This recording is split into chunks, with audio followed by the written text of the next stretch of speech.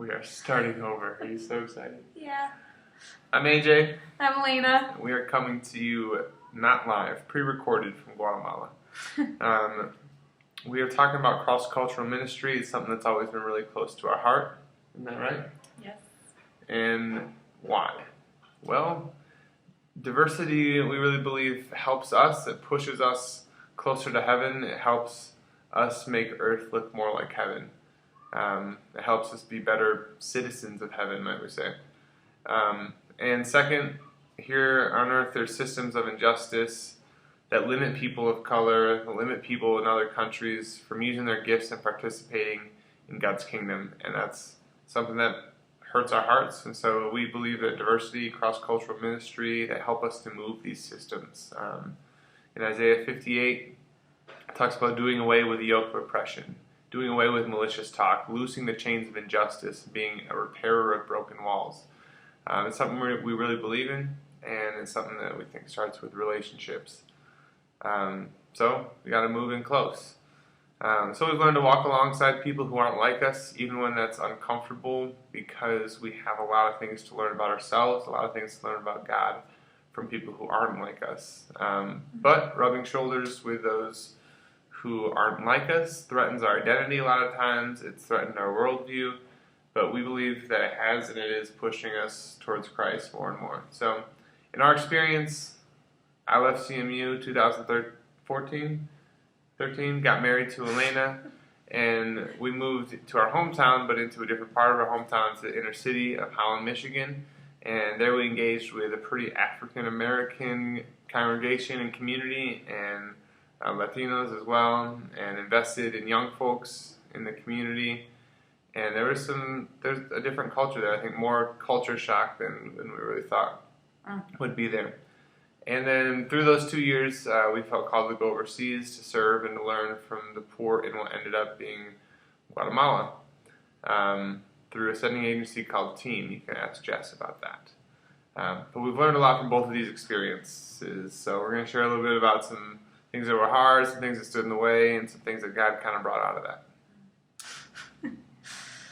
So moving into a African-American, Latino community, we faced a lot of barriers. Well, I did personally, of just having a fear of not fitting in, of not understanding culture, of not knowing slang words and looking like an idiot, just being wholly unprepared and not knowing what to say in certain situations, knowing that I had just a different sense of understanding about life and what life is about.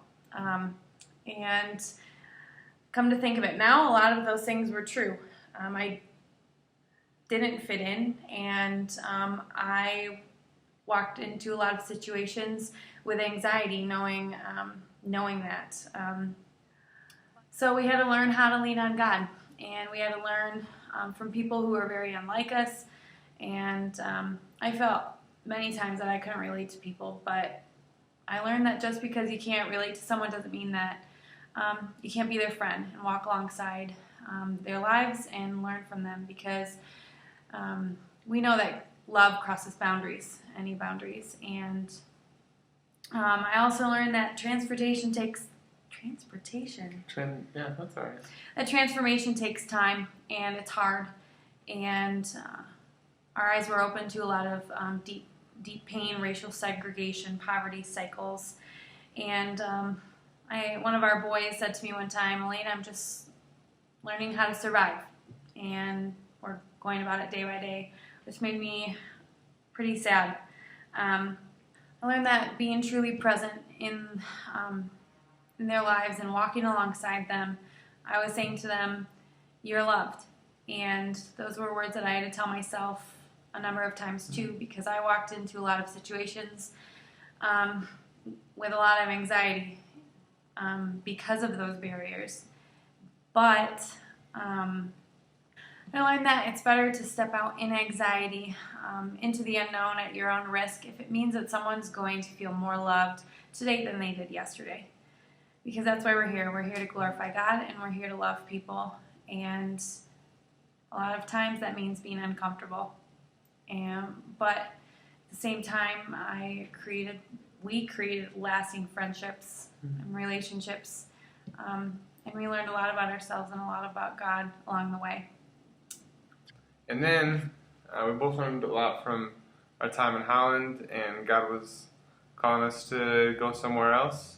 And like I said, that ended up being Guatemala. That was hard. It was hard to leave family, friends, relationships that we were investing in and felt really purposeful in. But there were definitely some barriers when we felt the call to go. But we also felt at times, I'm not qualified. I'm not the right person. Felt like we don't exactly know where we're going. We felt like we're not going to be able to relate to another culture again. Felt, no, I'm not a missionary. I'm not that kind of person. I'll never be able to raise the money. And those are hard barriers to overcome. And also there's a barrier of self. I think sometimes our pride can say like, okay, I want to do cross-cultural ministry. I want to be the hero. I want to stand for diversity. I want to save souls. I want to stand in the gap. But that can be a blessing and a curse, because I've seen it myself, that's part of my savior complex. I want to be the hero. I want to be the quarterback of the team. But I think we need to check ourselves as we go into cross-cultural ministry. Maybe I'm not the right person. Maybe God is calling someone of a different color than me to go into a diverse neighborhood, and I need to be a sender, not a goer. So that's something we need to listen to God for. I think the most important barrier that can be there is that God says no. And if God's telling you no, then you need to listen. But in the meantime, as we found over here in Guatemala and in Holland, the barriers come when we are telling ourselves something, and when we are believing what we tell ourselves, and when we put limits on how far we're willing to go into a culture, how much we're willing to enter their life, and if we're willing to listen to their culture or just make them listen to us. So it's about us. And the openings come when God does things, and we sit and relax, and maybe not relax all the time, but we sit and we let God be God. So God has opened doors for us when God told us to go. It wasn't us deciding to go. It was God told us to go. God makes the finances come together amidst our anxiety.